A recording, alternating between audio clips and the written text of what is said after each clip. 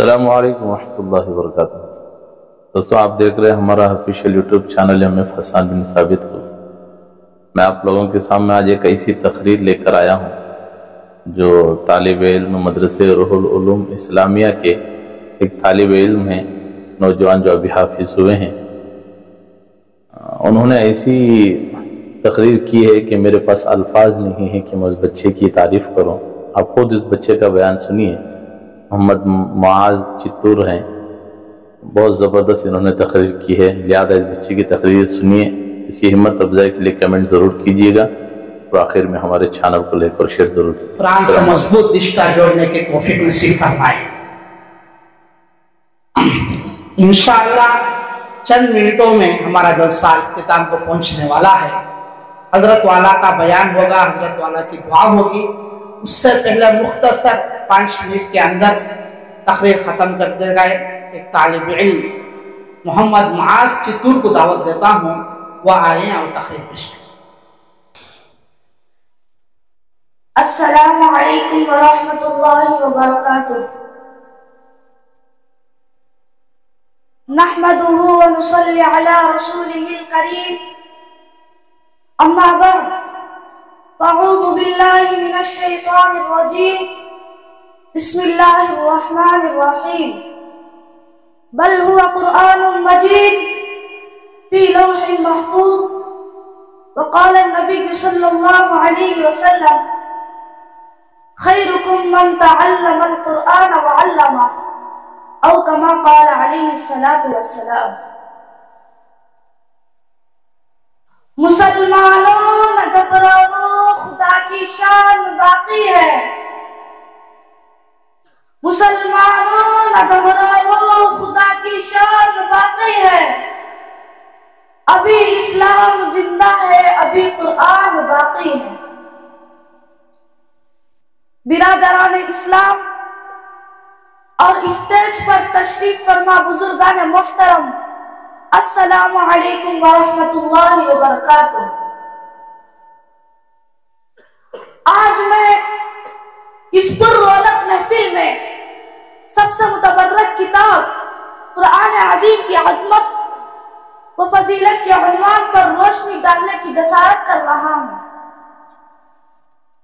محترم حضرات، ہمیں چڑھتے سورج کی طرح یقین ہے قرآن پاک کا ایک حرف سچا اور صحیح ہے، اس میں کوئی شک و شبہ نہیں ہے۔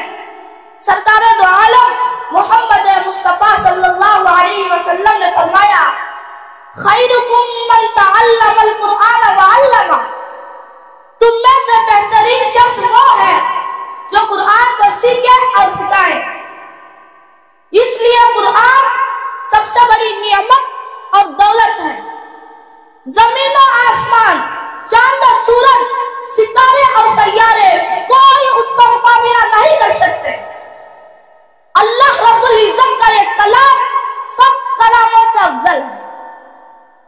حدیث پاک میں آتا ہے، فضل کلام اللہ علی سائر الکلام کفضل اللہ علی خلقہ، کہ اللہ کے کلام کو سارے کلاموں پر ایسی فضیلت حاصل ہے جیسے اللہ کو ساری مخلوق پر فضیلت حاصل ہے۔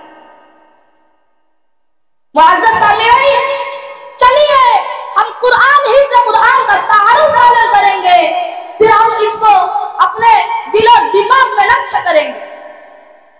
اے کتاب اللہ، تیرا نام کیا ہے؟ تو کتاب اللہ کہتی ہے، یاسین والقرآن الحکیم، میرا نام قرآن ہے، میں حکمت کا بہتا ہوا دریا ہوں۔ الرحمن علم القرآن، میرا نام قرآن ہے، میں علم کا بہتا ہوا دریا ہوں۔ اے قرآن، تجھے کس نے بھیجا ہے؟ تنزیل من رب العالمین، مجھے عالمین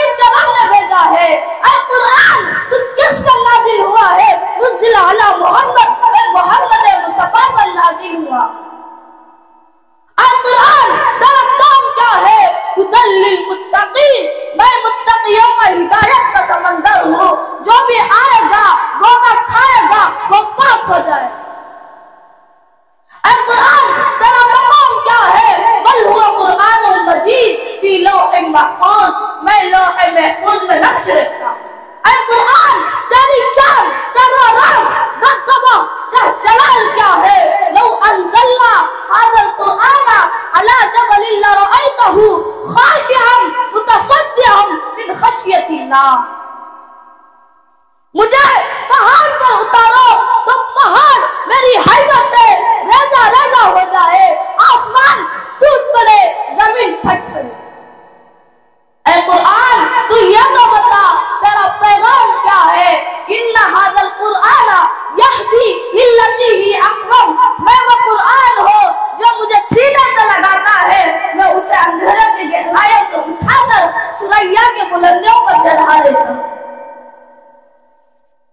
معزز اللہ, یہ قرآن کا مختصر تعارف ہے. پھر حافظ قرآن کا مقام کیا ہے.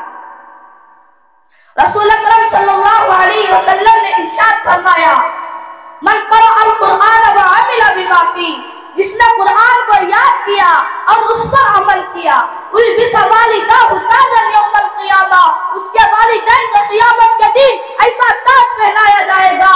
اس تاج کی روشنی کیسی ہوگی؟ ضوءہ احسن من ضوء الشمس, اس کی روشنی سورج کی روشنی سے کئی گنا زیادہ ہوگی. اس وقت بڑے بڑے ڈگریاں حاصل کرنے والے ان پر رشک کرتے ہوئے کہیں گے, اے کاش ہم بھی اپنے بچوں کو حافظ قرآن بناتے تو آج ہمیں بھی اعزازی تاج پہنایا جاتا. پھر غور کرو مسلمانوں, اس حافظ قرآن کا مقام و مرتبہ کیا ہوگا. محترم حضرات, قیامت کے دن حشر کا میدان ہوگا اور ایسے 10 آدمی جن کے لیے جہنم واجب ہو چکی ہوگی, حافظ قرآن اپنے رب کے بارگاہ میں سفارش کرے گا. اللہ رب العزت اس حافظ قرآن کی سفارش سے ان 10 آدمیوں کو نجات کو پروانہ عطا کرے. لیکن افسوس کی بات یہ ہے, ہم نے قرآن کو چھوڑ دیا, اس کے پاکیزہ تعلیمات کو بھلا دیا. نتیجہ یہ نکلا کہ ہم لوگ دلیل و رسوا ہو گئے, ناکامی ہمارا مقدر بن گئی. مسلمانوں ہوشیار ہو جاؤ, غفلت کا پردہ جام کر دو اور قرآن پاک سے وابستہ ہو جاؤ.